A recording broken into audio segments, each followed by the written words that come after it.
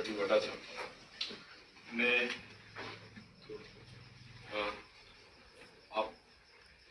આપે એવી કોઈ મારા વતી સાંસદને અહીંયા બોલાવ્યા હતા અને નીલરાવને બોલાવ્યા હતા અને આપે એવું કીધું છે કે ચૈતરભાઈ 1.5 કરોડ માંગતા હતા પણ માંડ 75 લાખમાં પૈતું છે અને એમને 75 લાખ રૂપિયા આપણે આપવાના થાય છે ત્યારે સાંસદે એવું કીધું કે ના ભાઈ આપણે 1 રૂપિયો આપવાનો થતો નથી એમ કરીને સાંસદે 2 આટા પ્રેસ વાર્તા કરી છે। હવે મેં બી ધારાસભ્ય છું સાહેબ, સાંસદ તમારું નામ લઈને એવું કહે છે કે મને કલેક્ટરે ત્યાં બોલાવીને કીધા હતા તમે કલેક્ટરને પૂછી લો એટલે અમે પૂછવા સાહેબ મેં ક્યારે તમારી પાસે 75 લાખ રૂપિયાની માંગણી કરી? આ વાત જ ખોટી વાત છે ને।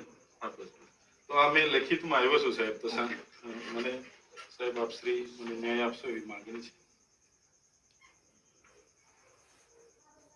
સાહેબ। આપણે માર્ગ અને મકાન વિભાગના એક્શન સાહેબને બી પૂછી લેજો, એમનું નામ પણ આવે છે એટલે કદાચ એ રીતના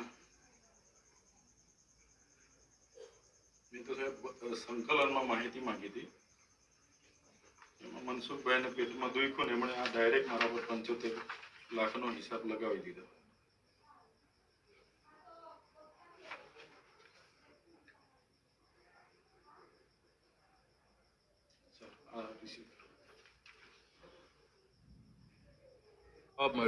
માન્ય ભરૂચના સાંસદ શ્રી દ્વારા ચૈતર વસાવાએ 75 લાખ રૂપિયાની માંગણી કરી તોડ કરી એવો આક્ષેપ કર્યો હતો અને આ રજૂઆત કલેક્ટરશ્રીએ અમને કરી છે એવી વાત હતી। ત્યારે જિલ્લાના વડા અમારા કલેક્ટર સાહેબને અમે મળવા માટે આવ્યા અને કલેક્ટર સાહેબે આપ સૌના હાજરીમાં ખુલાસો કર્યો કે આ તદ્દન વાત ખોટી છે।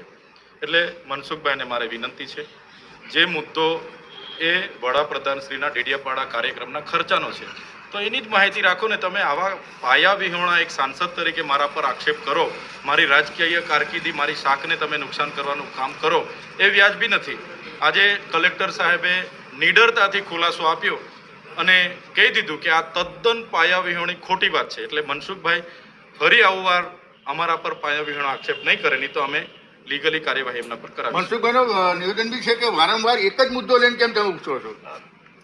હવે વારંવાર તો ક્યાં છે, કાર્યક્રમ 15મી નવેમ્બરે થયો અને આ મહિનાની સંકલનમાં મને એમણે માહિતી આપી। હવે જનતાના પૈસાના કાર્યક્રમ થયા તો અમે જનતાની સમક્ષ મૂક્યું છે। એમાં મનસુખભાઈને પેટમાં કેમ દુખે? મનરેગા કૌભાંડનો મેં ઉજાગર કર્યો ત્યારે એમને પેટમાં દુખ્યું, નલ સે જલ કૌભાંડની મેં વાત કરી ત્યારે એમને પેટમાં દુખે છે અને જ્યારે આજે આ ખર્ચાઓના માટે મેં માહિતી માંગી ત્યારે પેટમાં દુખે છે। એટલે મને લાગે છે આ કોન્ટ્રાક્ટરો એમના જ છે, એટલા માટે એ ખોટી પાયા વિહોણી અમારા પર વાતો મૂકે છે। તમારી રાજકીય કારકિર્દીને ઠેસ પહોંચાડવાનું મનસુખ દાદા એક સાંસદ છે, હું ધારાસભ્ય છું, કોઈ પણ એવી ગંભીર રજૂઆતો હશે એમણે મને ધ્યાન પર મૂકવું જોઈએ। ડાયરેક્ટ પ્રેસ કોન્ફરન્સ કરીને 75 લાખ રૂપિયાની ચૈતર વસાવાએ તોડ કરી જેવી જે આક્ષેપ કરી છે એ ખૂબ જ ગંભીર બાબત છે। મારી શાખ અને મારી રાજકીય કારકિર્દી પર ખૂબ મોટું નુકસાન આનાથી થઈ રહ્યું છે। આરએનબીના જે અધિકારી છે મોદી સાહેબનું પણ નામ, હા, એમણે માર્ગ અને મકાન વિભાગના કાર્યપાલક ઇજનેરશ્રીનું નામ લીધું છે, પણ કલેક્ટરશ્રીએ હમણાં જ તમારી રૂબરૂમાં ખુલાસો કર્યો કે બિલકુલ પાયા વિહોણી અને ખોટી વાત મનસુખભાઈએ કરી છે।